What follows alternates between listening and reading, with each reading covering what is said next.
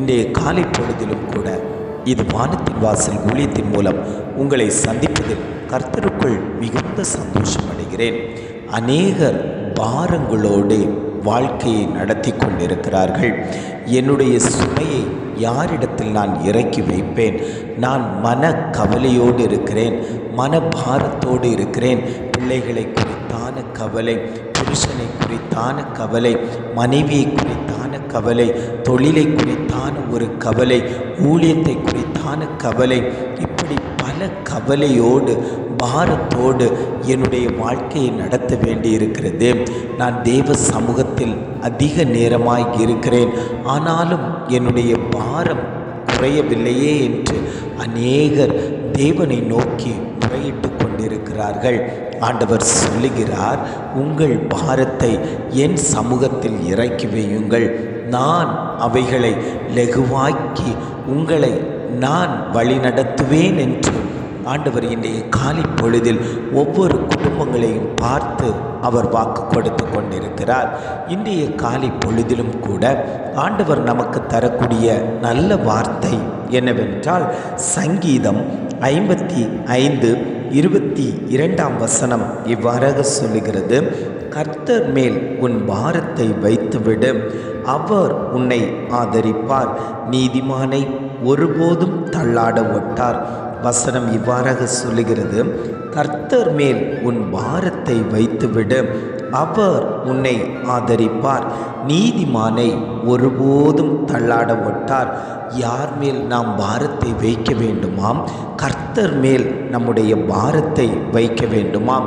அவர் நம்மை ஆதரிக்கிற தேவனாய் இருக்கிறார். நம்முடைய பாரங்களை சுமந்து கொண்டு போவதற்கல்ல, நம்முடைய பாரங்களை இறக்கி வைக்கக்கூடிய ஒரு இடம் தேவ சமூகம்.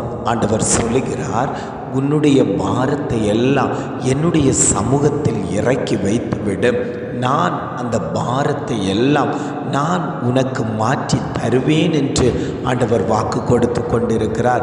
அவர் சொல்லும்போது இவ்வாறாக சொல்லுகிறார், அவர் உங்களை விசாரிக்கிறவரானபடியால் உங்கள் கவலைகளை எல்லாம் அவர் மேல் வைத்து விடுங்கள். வருத்தப்பட்டு பாரம் சுமக்கிறவர்களே, நீங்கள் எல்லோரும் என்னிடத்தில் வாருங்கள் என்று வசனம் நமக்கு கற்றுத்தந்தாலும் இன்றைக்கு அநேகர் பாரத்தோடு தான் வாழ்க்கையை நடத்துகிறார்கள். வியாதியை குறித்தான ஒரு பாரம், என் வியாதி மாற்றப்படவில்லையே, நான் அநேக நாள் ஜெபிக்கிறேன், அநேக நாள் தேவ சமூகத்தில் காத்து கிடக்கிறேன், ஆனாலும் என் வியாதியில் ஒரு மாற்றம் இல்லையே, அது எனக்கு ஒரு கவலையாகவே இருந்து கொண்டிருக்கிறது.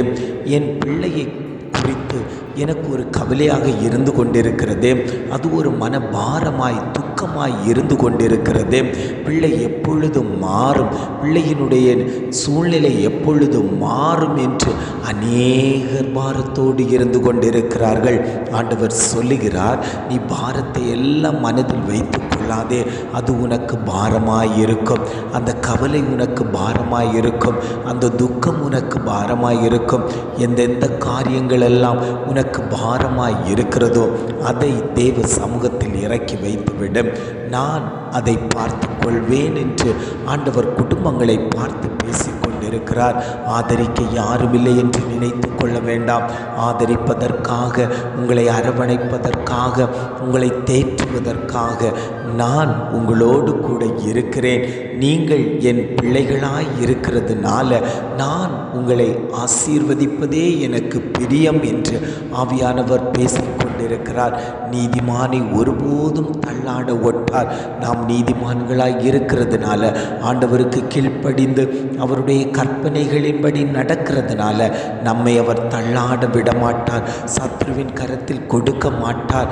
அவர் நமக்கு தந்த ஆவியை பராமரித்து நாம் நித்திய வீடாகிய பரலோகத்தில் போய் சேருவதற்காகத்தான் ஆண்டவர் நம்மோடு கூட இருந்து கொண்டிருக்கிறார். நாம் வழி மாறி போகும்போது, நாம் பாவங்கள் செய்யும்போது, நாம் தவறுகள் செய்யும்போது ஆண்டவர் நமக்கு உணர்த்தி போதித்து நல்வழியில் நடத்துகிற தகப்பன் தான் நம் மத்தியில் உலாவிக் கொண்டிருக்கிறார்.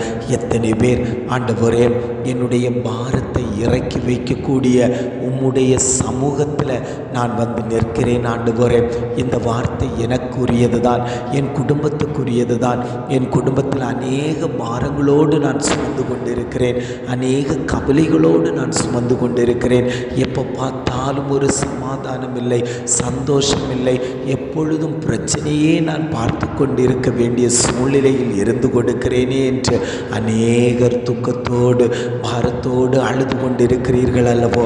உங்களை பார்த்து தான் ஆண்டவர் சொல்லுகிறார், என்னுடைய சமூகத்தில் நீ வந்து உட்கார்ந்திருப்பாய், ஆனால் உன்னோடு என்னுடைய கரம் வைக்கப்படும் போது உன்னுடைய பாரம் விலகும், உன்னுடைய துக்கம் மாற, உன்னுடைய வியாகுலம் மாற, உன்னுடைய கவலைகள் மாற.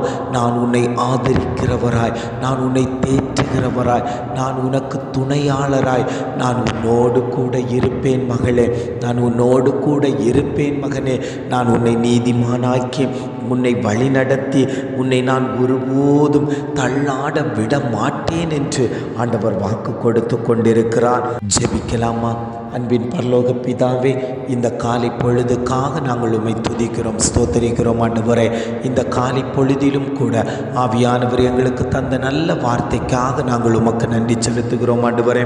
கர்த்தர் மேல் உன் பாரத்தை வைத்துவிடு, அவர் உன்னை ஆதரிப்பார், நீதிமானை ஒருபோதும் தள்ளாட ஒட்டார் என்று அழகான ஒரு வார்த்தையை தந்தீங்க ஆண்டவரே. எங்களுடைய பாரத்தை எல்லாம் உம்முடைய சமூகத்தில் இறக்கி வைக்கிறோம் ஆண்டவரே. அநேக பாரங்கள் இருக்கிறது ஆண்டவரே, சொல்லக்கூடிய பாரங்கள், சொல்லக்கூடாத பாரங்கள், இப்படி அநேக பாரங்களோடு தான் இத்தனை நாட்களும் என்னுடைய வாழ்க்கையை நடத்தி கொண்டிருந்தேன். கர்த்தர் இன்றைக்கு சொன்னதை கேட்டு அவருடைய சமூகத்தில் என்னுடைய பாரத்தை இறக்கி வைக்கிறேன். ஆவியானவர் என்னுடைய பாரத்தை லகுவாக்கும்படியாய், என்னுடைய பாரங்களை மாற்றி தரும்படியாய், என்னுடைய பாரங்களுக்கு தேவன் பதில் தரும்படியாய், தேவன் அற்புதத்தை செய்யும்படியாய் நாங்கள் ஜெபிக்கிறோம் ஆண்டவரே. இதை கேட்டுக்கொண்டு இருக்கக்கூடிய ஒவ்வொரு குடும்பங்களுக்காகவும் நாங்கள் ஜெபிக்கிறோம். அந்த குடும்பங்களில் இருக்கக்கூடிய பாரங்கள் மாற்றப்படட்டும், வியாகுலங்கள் மாற்றப்படட்டும், கவலைகள், கண்ணீர்கள், சோதனைகள், வேதனைகள் எல்லாவற்றையும் தேவன் மாற்றி அவர்களை பலப்படுத்தும்படியாய் நாங்கள் ஜெபிக்கிறோம் ஆண்டவரே. ஆவியானவருடைய கரம் அந்த குடும்பங்களோடு கூட இருக்கும்படியாய் நாங்கள் ஜெபிக்கிறோம். இம்மட்டுமாய் நடத்தின தகப்பன் இனியும் நீர் எங்களை நடத்தும்படியாய் நாங்கள் ஜெபிக்கிறோம். எங்களை தாழ்த்தி தருகிறோம். துதி, கன, மகிமை எல்லாம் உமக்கே செலுத்துகிறோம். மீட்பர் இயேசுவின் மூலம் ஜெபம் கேளும் நல்ல பிதாவே. ஆமேன், ஆமேன்.